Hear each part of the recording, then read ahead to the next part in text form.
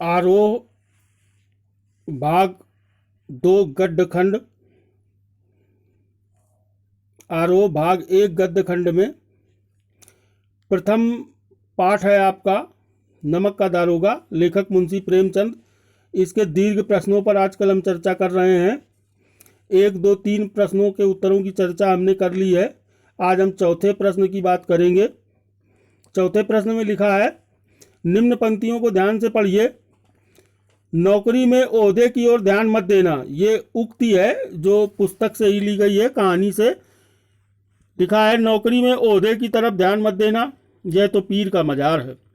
निगाह चढ़ावे और चादर पर रखनी चाहिए। ऐसा काम ढूंढना जहां कुछ ऊपरी आय हो। मासिक वेतन तो पूर्णमासी का चांद है जो एक दिन दिखाई देता है और घटते घटते जाता है। ऊपरी आय बहता हुआ स्रोत है जिससे सदैव प्यास बुझती है। वेतन मनुष्य देता है, इसी से उसमें वृद्धि नहीं होती। ऊपरी आमदनी ईश्वर देता है, इसी से उसकी बरकत होती है। तुम स्वयं बुद्धिमान हो, तुम्हें क्या समझाऊं। प्रश्न में पूछा गया है, यह किसकी उक्ति है। उक्ति का मतलब यह किसने कहा है। जो ऊपर कथन दिया गया है इतना बड़ा, यह किसने किससे कहा है। दूसरा है, मासिक वेतन को पूर्णमासी का चांद क्यों कहा गया है। तीसरा प्रश्न है, क्या आप एक पिता के इस वक्तव्य से सहमत हैं। तो अब हम पहले प्रश्न पर जाएंगे कि यह किसकी उक्ति है कि नौकरी में चढ़ावे पर ध्यान देना चाहिए और ये नौकर जो तनख्वाह है वो जो है वो मनुष्य देता है, इसलिए उसमें बढ़ोतरी नहीं होती। और ऊपरी कमाई ईश्वर देता है, इसलिए उसमें हमेशा उससे बरकत होती है। तो मासिक वेतन को पूर्णमासी का चांद बताया गया है। यह किसकी उक्ति है। उक्ति माने कथन है। तो यह कथन है दारोगा बंशीधर के पिता वृद्ध मुंशी जी का, जो कि स्वयं पुलिस महकमे में मुंशी थे। वो अपने बेटे को समझा रहे हैं ये सब बातें कि हमेशा जो है वेतन से ही पूरा नहीं पड़ता, इसलिए ऐसी नौकरी ढूंढना जिसमें रिश्वत मिलती हो। ये ऊपरी आय का बहता हुआ स्रोत है जिससे हमेशा प्यास बुझती है। ऊपरी आमदनी ईश्वर देता है, उससे बरकत होती है। बरकत माने बचत होती है। फिर वो बेटे से कहते हैं, तुम खुद पढ़े लिखे हो, इतना एमए बीए कर चुके हो, तुम्हें क्या समझाऊं। तो यह वृद्ध मुंशी की उक्ति है जो वो अपने बेटे दारोगा बंशीधर को बता रहे हैं, समझा रहे हैं। दूसरा प्रश्न है, मासिक वेतन को पूर्णमासी का चांद क्यों कहा गया है। पूर्णमासी का चांद, इसका तात्पर्य क्या है।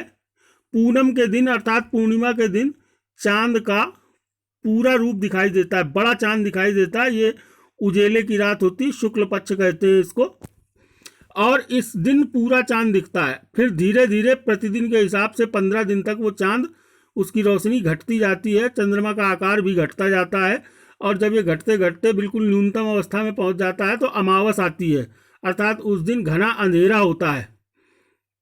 इस तरह से अमावस के बाद फिर पूर्णिमा आती है। 15 दिन के बाद ये क्रम चलता रहता है। 15 दिन चांद घटता है और 15 दिन चांद बढ़ता है। अमावस के बाद धीरे धीरे चंद्रमा की रोशनी फिर बढ़ती जाती है और पूर्णिमा के दिन पूरी होती है। ये तो मुख्य बात हो गई।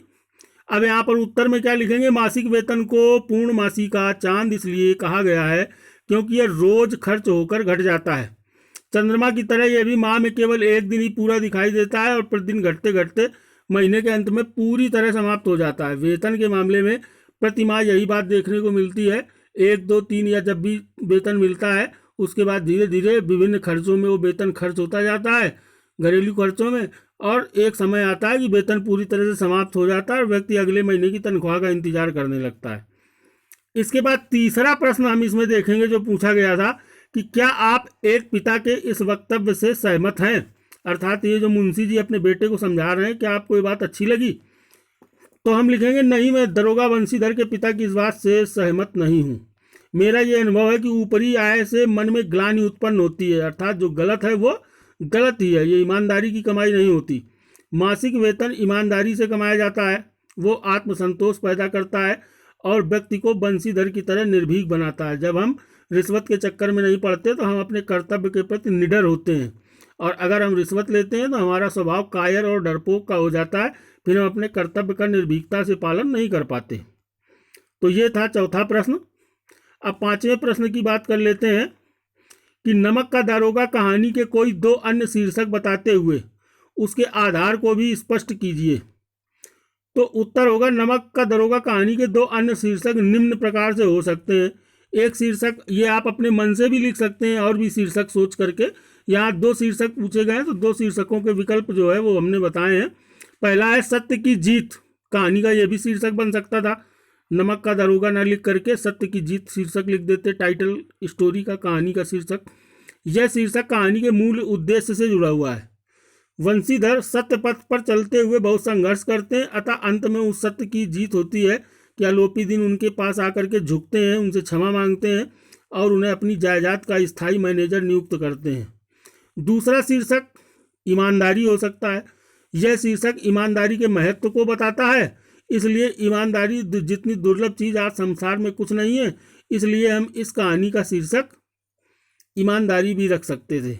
ये दो प्रश्न हो गए। अब इसके बाद हम अगले वीडियो में चर्चा करेंगे प्रश्न संख्या 6 की।